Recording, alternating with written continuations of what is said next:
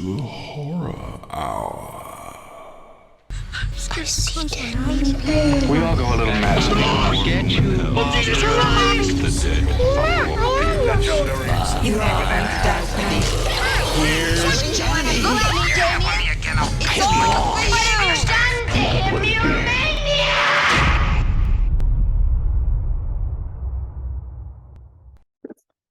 All right, hello, and welcome to the Horror Hour, a place we discuss, we debate, we disagree on all things horror. I'm one of the co-hosts here, Yutaka. Hello. And today I'm joined with George. Hello.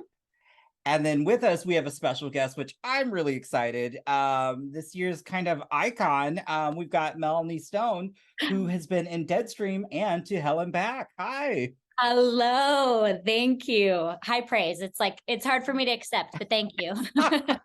I mean, I have to ask, first off, just what has it been like doing kind of the festival rounds? Because I know you did that with Deadstream. Mm-hmm. Yeah, I did it more with Deadstream than with VHS. I went to Fantastic Fest, which was awesome. And I'm really sad I missed out on Beyond Fest. I heard that it was so fun, the Beyond Fest crowd. So bummed I missed out on that. But with Deadstream, South by Southwest was crazy and wonderful. It's funny. I ended up, I wasn't gonna go just for as an actor, you're broke most of the time. But Vanessa and Joseph were like, hey, you can room with us. So I ended up sharing a room with them. And I mean, they're amazing. I love those guys. They're so great. We've been friends for a long time. But yeah, so there was no personal space. We were all up in each other's business for South by. And it was all very surreal to see something you've worked really hard on up on the big screen. And then for people to like it, because I mean, making a movie is hard enough, and then to make a good movie is it's even harder to make a good movie. So it was just really validating to see people digging it. I mean, the praise, I do. I love Deadstream, and getting to see it on the big screen and just seeing everybody's reactions have been so great because it's so funny, and the jump scares, and oh my God, so I could understand that, but I mean, Deadstream deserves all the praise it gets. Yeah, I agree. Joseph and Vanessa did such a good job of having a scary thing and then immediately having a funny thing right after. There's so many moments in there that I'm that genuinely scared me and now I'm laughing. And I feel like that's a hard thing to accomplish. So kudos to them. That was all them. Yeah, I just think of that part. I mean, am I allowed to give spoilers? Yeah, no, Okay. The movies have been out. Go for it.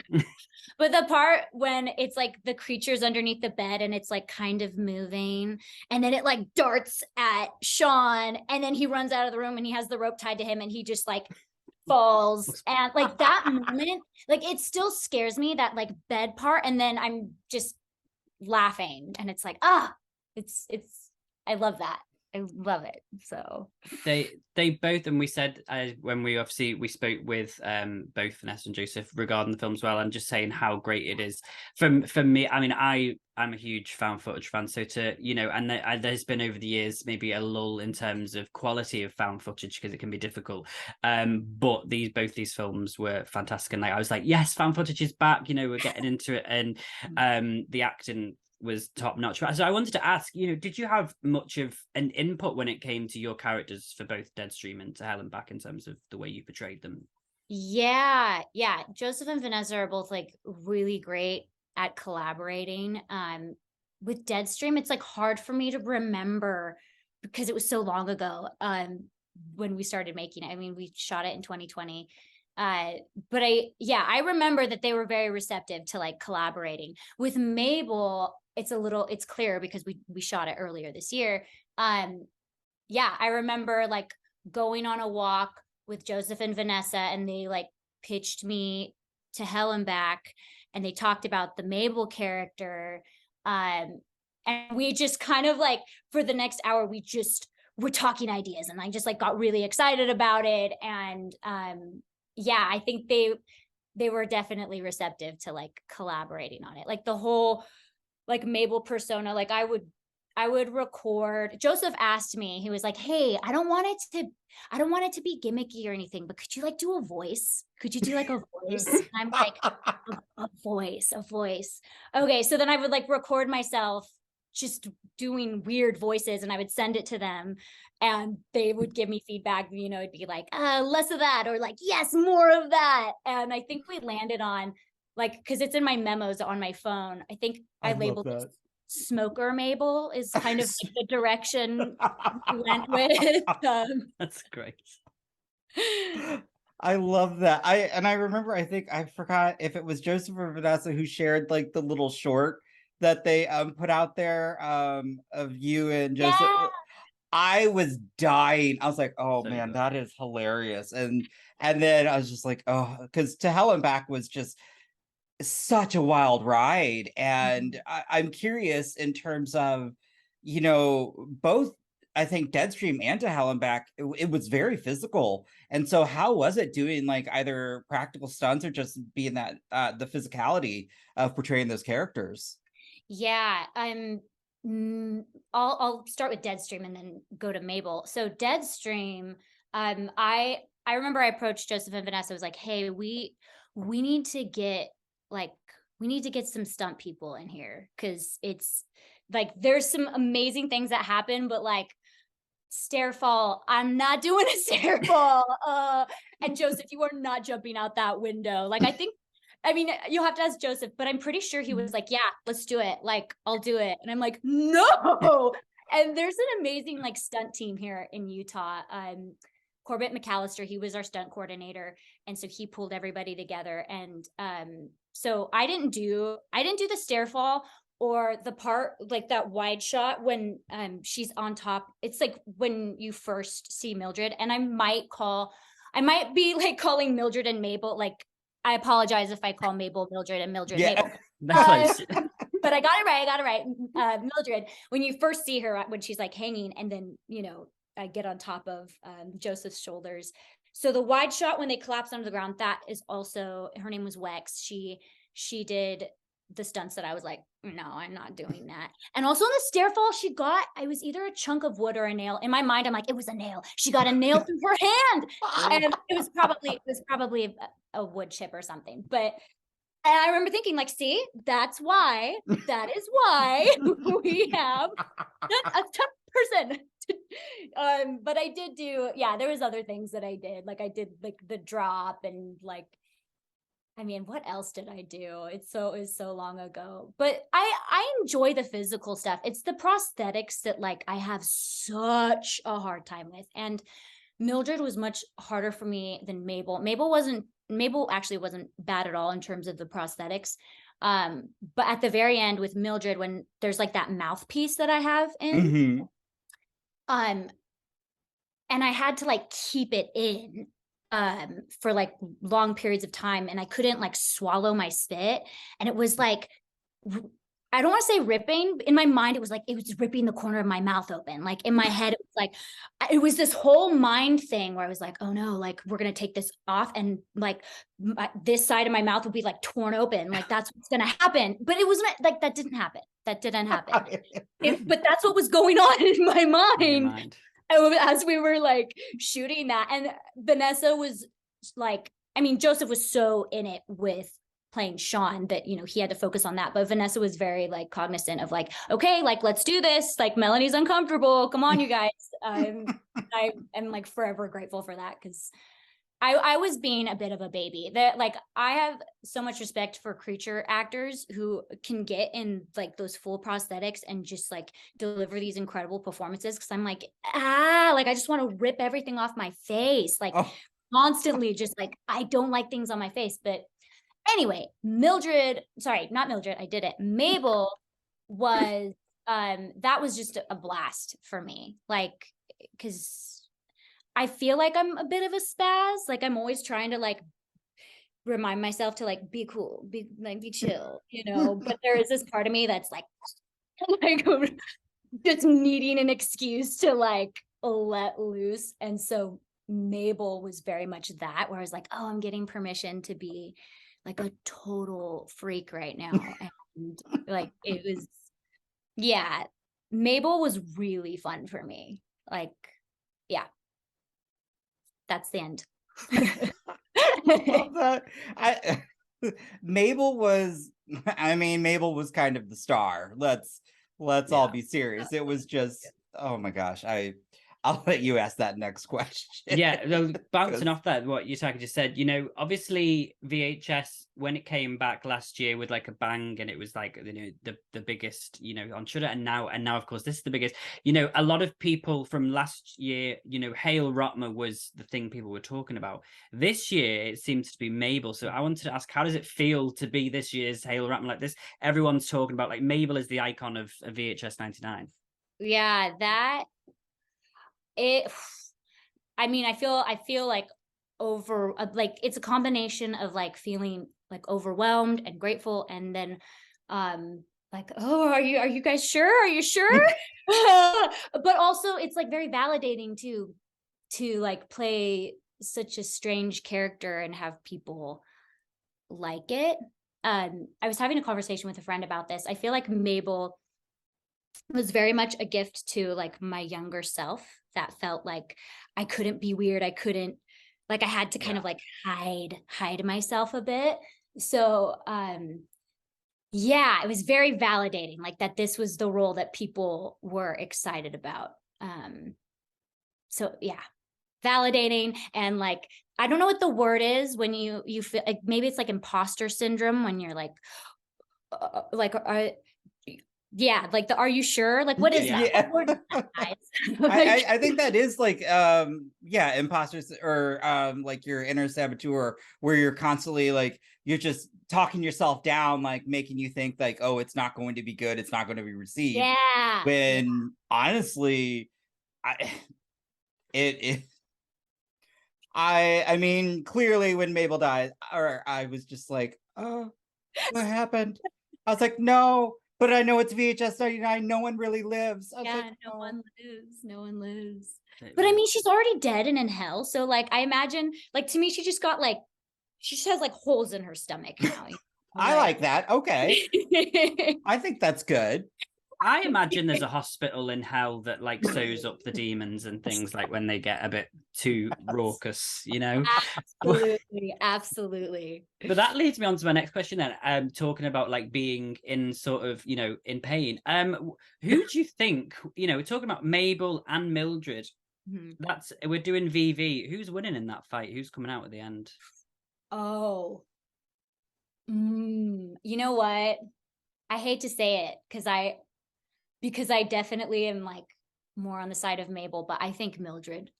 I think Mildred just has more tricks up her sleeve. Like Mabel, see that. Yeah, Mabel like puts on a front like she's tough, but what she's really good at is like running away and hiding, you know, like that's like her like top-notch skill, I think, is like stealth. But yeah, I think Mildred would win. But I don't know, maybe Mabel would like shock us and like do something that, I don't know, maybe like it'd be one of those fights where you're like, okay, obviously it's gonna be Mildred, and then Mabel somehow comes out on top. So I would like for Mabel to come out on top. Yeah, say, I mean, you know, and Mabel survived all this time in hell. You never know. Yeah. Right. I could see Mabel like working for Mildred, but I like that too. Yeah. Oh, But also, I would not want to deal with that combination. Oh my gosh. Like yeah, it's a lot. That's a lot. you know, so with filming To Hell and Back, I remember talking with Joseph and Vanessa. That location, how was it there? Because like middle of nowhere, no light, no cell service. That is a horror film right there. Yeah. Oh, that location was so cool. I mean, we shot in a couple outdoor locations. We shot at the Fillmore Lava Tubes, and then it's called Fantasy Canyon. And like, you can't just type it into your phone and it's not going to pull up. Like, you have to know how to get there already. And you're like driving on this dirt road and there's like wild horses galloping and you're just like, whoa. Yeah, wild horses. It was very magical. But the closest hotel, like the closest hotel is an hour away. Closest anything is an hour away, really. But yeah, I mean, I don't know that I'd want to be there by myself at night, but like being there with the film crew at night was like so fun. It was so fun. I loved it. We had to go, I went with Joseph and Vanessa. I think we went there twice to just like run blocking and get really comfortable with the paths, because a lot of the time I was running off into like the pitch black and I would just be like, okay, hopefully I don't run into a rock or something. Oh, no. Like, so yeah, when it would get dark, like I'd start off running and then it would end with me like going like this, like making sure I wasn't gonna like slam into something. And like, yeah, anyway, so that was exciting because it's like, who knows if we can make it. Oh Thrill gosh. of filming, it gets you know, you never know where you're going to film and what happens there. Well, that actually, you know what, let's just get moves into my next question of talking about jumping back to Deadstream real quick. I believe, was that an actual haunted house? And do you have any creepy stories of when you were filming there? Any bumps in the night? Yeah, dude, that place, I think it was haunted. I really do think it was haunted. Like there was, especially, so the setup of the house, and I'm forgetting all the names, like what we called them in the movie, but the bedroom, the scene where we did the seance, or the Ouija board scene. I could like feel like you could just, it was like weighted, you know, like I remember they were shooting upstairs and I remember coming in the house and I like just walked by the doorway and I just remember like I had to get away. And I just like ran up the stairs and was just like, okay, it's cool. Be calm. But I didn't have any like doors opening. I didn't have any of that. Other people did though.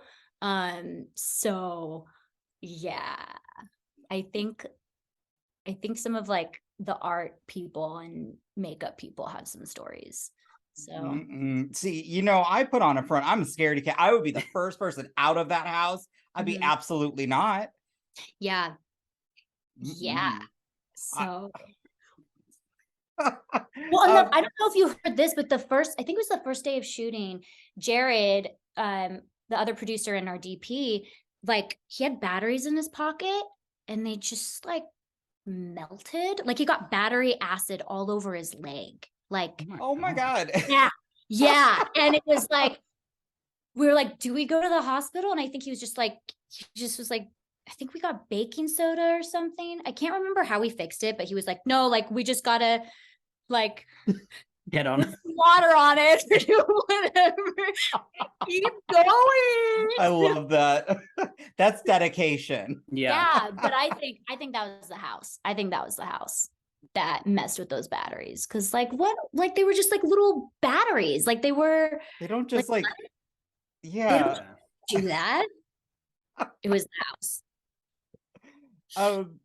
You know, something I like to ask people that come on here, you know, in the past 365 days, was there a moment in horror that surprised you? It could be a movie, a character, you know, whether it be behind the scenes or on camera. I'm just curious, what was something that really just made you like, oh, horror's back, or, you know, you were just so excited for the genre? Yeah. So I can talk about like any movie that I've seen. Oh yeah, absolutely. Well, I know everybody's been talking about it and I'm going to bring it back up, but like Barbarian, like that. What?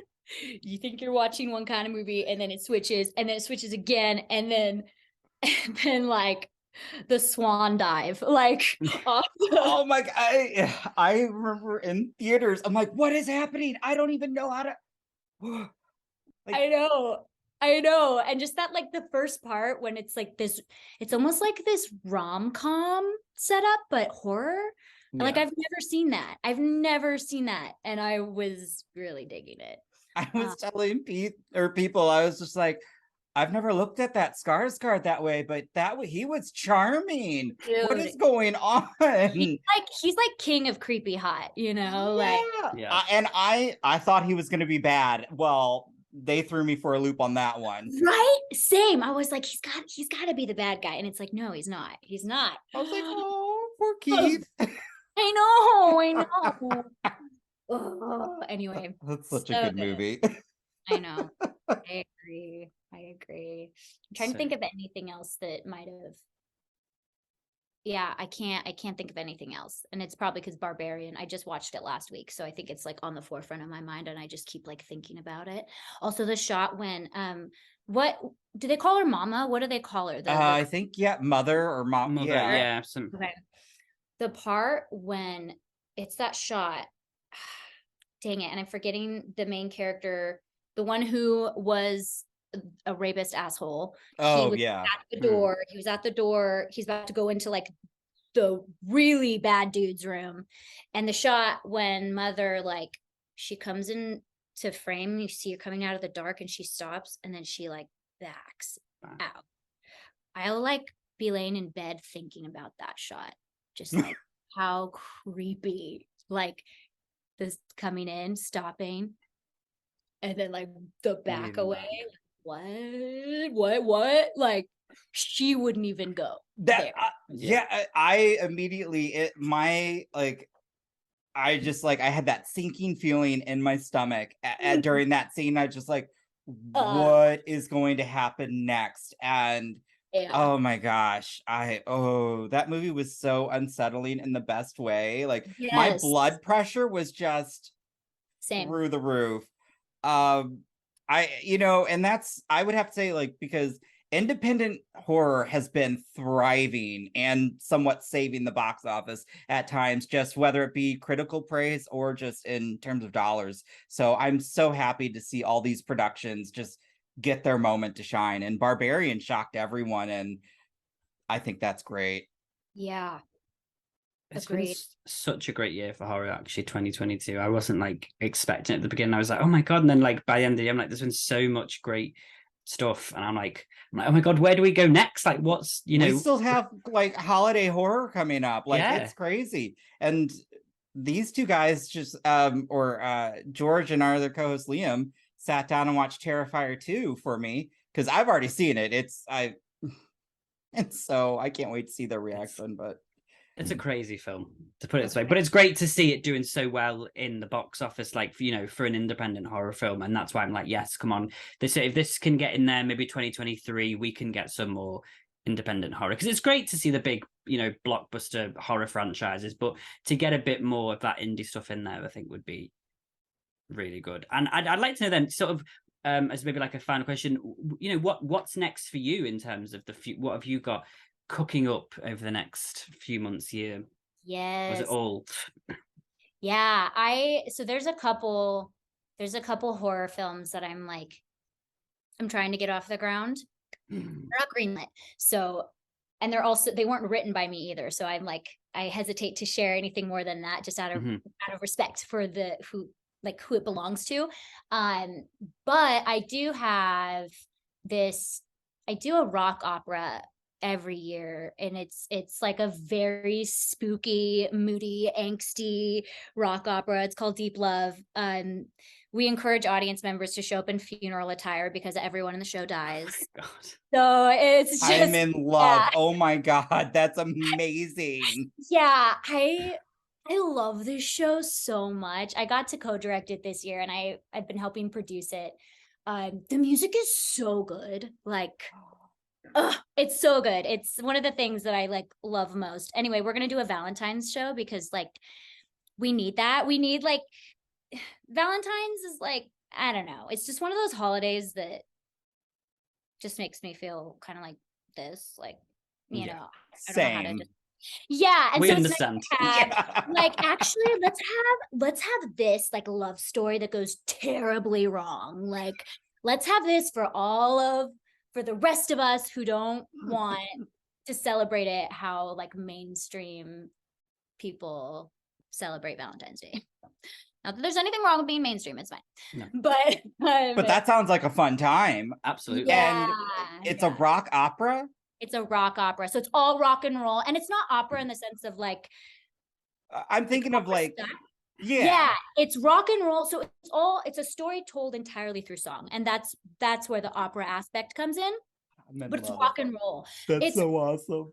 It's so good. We recorded it. We recorded it this year. And so we're gonna have a recording out because we did a show in Chicago. So we taped it and we recorded the audio. So we'll have like a video you could actually watch, and then just also listen to the music as well if you want. So I don't know, stay posted because I'm very excited for it. I am. That sounds that is like right up my alley. I've been loving a lot of horror films, but I've also been loving I love music.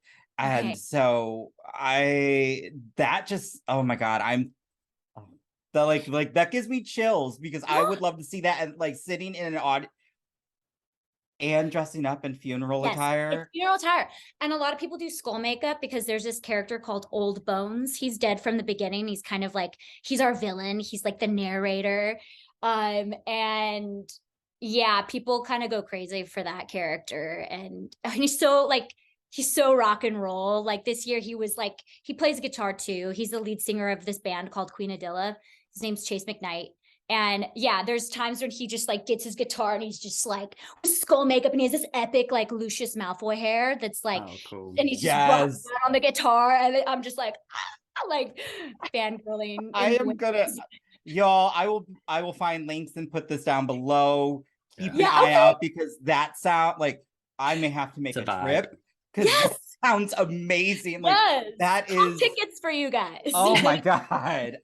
I'll fly over. Let's go. I don't care. I mean, so you said now this takes place then in Utah, or like does it also? You said in Chicago. Yeah. So this year, so we do it every year in Utah, and we have we have our cult following that come out and they dress up and but this year we got invited to go to Chicago. There was a theater. There was someone who owned the theater and she. Or works at the theater, and she had heard the music and she believed in the show, so she invited us out, and it was so great. It was so great. Like, I'm gonna keep my eye out. Like Chicago's like a 6-hour train ride, but I'll still fly out to Utah because this sounds like absolutely like oh my God. Yeah, I'm like. There's a live recording on Spotify from 2017. Just so you know, the show has changed a lot. Like there's new songs, kind of different versions. Like this year we leaned way more into like the rock and roll aspect. But if you did want a little taste, there is Deep Love, a ghostly rock opera. It's on Spotify, but it is from 2017. So I have to say that I have improved drastically on my vocals. So I feel a little hesitant to be like, hang on, wait, don't listen, but also listen with knowing that I'm better now. So I will be listening to this later today. Like I seriously, you have no idea. I love just the idea of seeing that on stage. Oh my gosh. Okay, yeah, cool. Y'all, go check that out and just keep an eye out because I will definitely. So I just want to say thank you so much. This means a lot to us, but also again, Deadstream was wonderful. To Hell and Back was incredible. Joseph, Vanessa, we adore them, but also I mean, you're just amazing. So thank you so much. Thank you guys for having me. Like, yeah, I appreciate it. And yeah, that's all. Good feeling. And with that, we'll just say thanks everybody for listening and watching. And until next time, bye. Bye. You have been listening to the Horror Hour. See you next time.